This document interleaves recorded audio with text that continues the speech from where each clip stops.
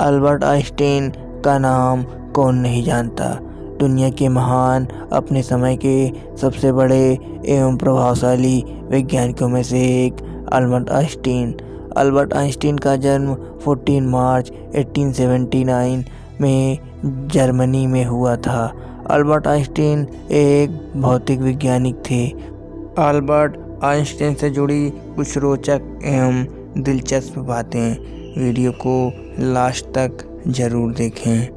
दोस्तों, हम सभी जानते हैं कि अल्बर्ट आइंस्टीन का जन्म 14 मार्च को मनाया जाता है, पर क्या आप जानते हैं कि अल्बर्ट आइंस्टीन के जन्मदिन को जीनियस डे के नाम से भी मनाया जाता है। अल्बर्ट आइंस्टीन का जन्म जर्मनी के उल्म शहर में हुआ था। उनके माता पिता ने पहले उनका नाम अब्राहम रखा था, फिर बाद में उनका नाम अल्बर्ट रखा गया। जब आइंस्टीन एक विश्वविद्यालय में प्रोफेसर थे, तब एक दिन एक छात्र उनके पास आया। वह बोला कि सर, इस साल परीक्षा में वही प्रश्न आए हैं जो पिछले साल के परीक्षा में आए थे। तो अल्बर्ट आइंस्टीन का उत्तर था, इस साल उत्तर बदल गए हैं। अल्बर्ट आइंस्टीन 10 घंटे से भी ज़्यादा समय तक सोया करते थे। इसके अलावा उन्हें कार चलाना भी पसंद नहीं था, इसके बजाय उन्हें पैदल चलना पसंद था। एक बार अल्बर्ट आइंस्टीन को उनके गणित के प्रोफेसर ने उन्हें लेज़ी डॉग तक कह दिया था, क्योंकि वह पढ़ाई में बहुत ही ज़्यादा कमज़ोर थे। गैलीलियो उनके सबसे पसंदीदा वैज्ञानिक थे, और रोचक बात यह है कि जिस वर्ष न्यूटन का जन्म हुआ, उसी वर्ष गैलीलियो की मृत्यु हुई, और जिस वर्ष आइंस्टीन का जन्म हुआ, उसी वर्ष मैक्सवेल का स्वर्गवास हुआ। जब वह 17 साल के थे तो कॉलेज एंट्रेंस के सारे एग्ज़ाम में गणित और विज्ञान को छोड़कर सभी विषयों में फेल हो गए थे। एक बार आइंस्टीन के एक सहकर्मी ने उनसे उनका टेलीफोन नंबर पूछा। तब आइंस्टीन ने अपने पास रखी एक डायरी में अपना टेलीफोन नंबर ढूंढने लगे। सहकर्मी चकित होकर बोला, आपको अपना खुद का टेलीफोन नंबर भी नहीं याद है? अल्बर्ट आइंस्टीन बोले, नहीं, मैं किसी ऐसी चीज़ को भला क्यों याद रखूं जो मुझे किताब में ढूंढने से मिल जाती है। अल्बर्ट आइंस्टीन को विज्ञान के अलावा किसी चीज़ में दिलचस्पी नहीं थी। कहा जाता है कि सन 1952 में उनको इजराइल का राष्ट्रपति बनने का ऑफर आया था, लेकिन उन्होंने यह कहकर मना कर दिया कि वो राजनीति के लिए नहीं बल्कि विज्ञान के लिए बने हैं। अल्बर्ट आइंस्टीन दोनों हाथों से लिख सकते थे, हालांकि ज़्यादातर वे दाएं हाथ से लिखा करते थे। अल्बर्ट आइंस्टीन की सभी प्रमुख खोजों में से एक E=mc² खोज ज़्यादा प्रभावी मानी जाती है। जापान में गिरा बम इसी फार्मूले पर आधारित था, जिससे बाद में आइंस्टीन को बड़ा अफसोस हुआ कि उनके द्वारा दिए गए सूत्र का इस्तेमाल पूरी मानवता को खत्म करने के लिए किया जा सकता है। अल्बर्ट आइंस्टीन जिंदगी भर अपने इस गलत प्रयोग के विरुद्ध थे। टाइम मशीन की कल्पना भी सबसे पहले आइंस्टीन ने ही की है, और इस विषय पर उन्होंने कई शोध भी किए थे।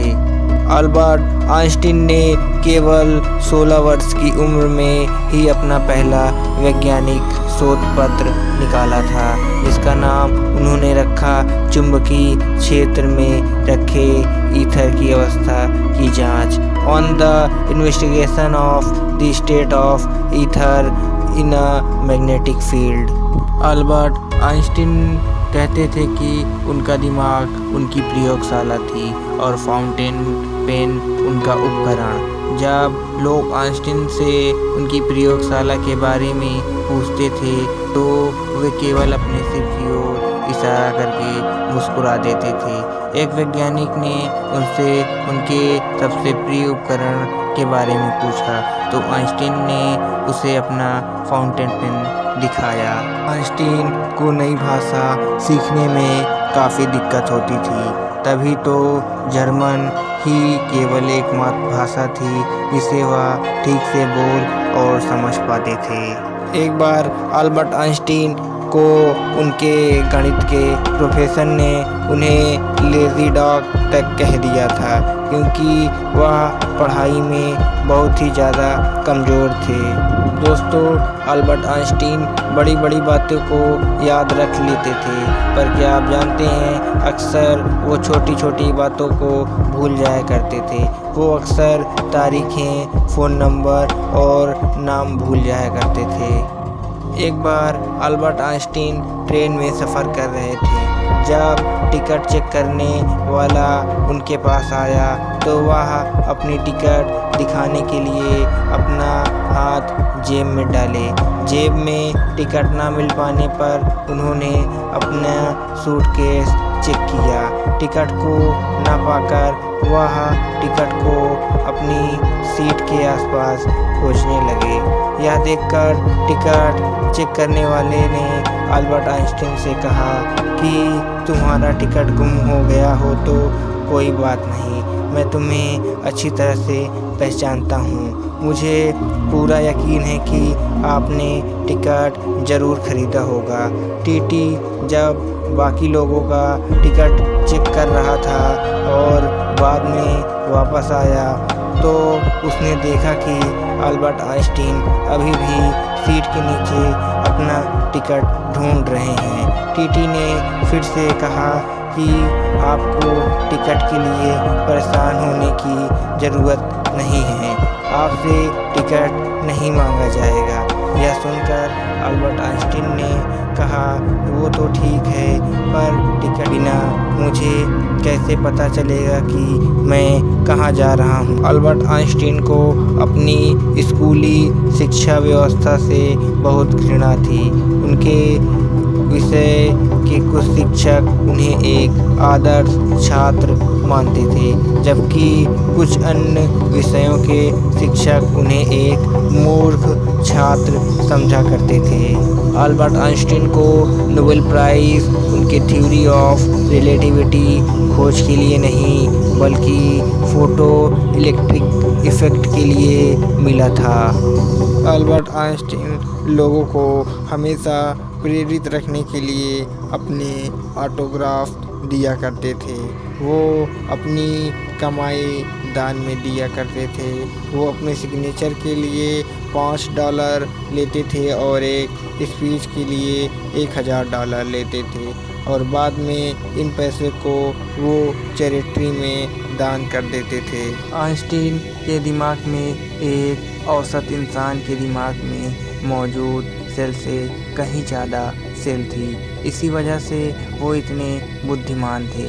दरअसल आइंस्टीन की मृत्यु के बाद उनके परिवार की अनुमति के बिना उनका दिमाग निकाल लिया गया था। यह कार्य डॉक्टर थॉमस हार्वे द्वारा उनके दिमाग पर रिसर्च करने के लिए किया गया था। 1975 में उनके बेटे हैंस की आज्ञा के अनुसार उनके दिमाग के 240 सैंपल कई वैज्ञानिकों के पास भेजे, जिन्हें देखने के बाद उन्होंने पाया कि उनके दिमाग में आम इंसान से ज़्यादा सेल की गिनतियाँ थी। अल्बर्ट आइंस्टीन चाहते तो वह और भी जी सकते थे।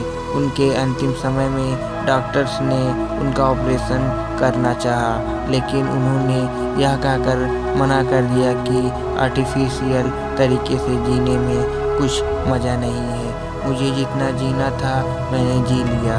अपने जीवन के अंतिम दिनों में अल्बर्ट पूरे ब्रह्मांड को एक साथ व्यक्त करने वाले सिद्धांत यूनिफाइड थ्योरी पर काम कर रहे थे, किंतु उनके निधन के कारण इस थ्योरी पर आगे काम नहीं हो पाया। दोस्तों, आइंस्टीन ने मरने से पहले अपने अंतिम क्षणों में उनके कमरे में मौजूद नर्स को जर्मन भाषा में कुछ कहा था, लेकिन उस नर्स को जर्मन भाषा नहीं आती थी।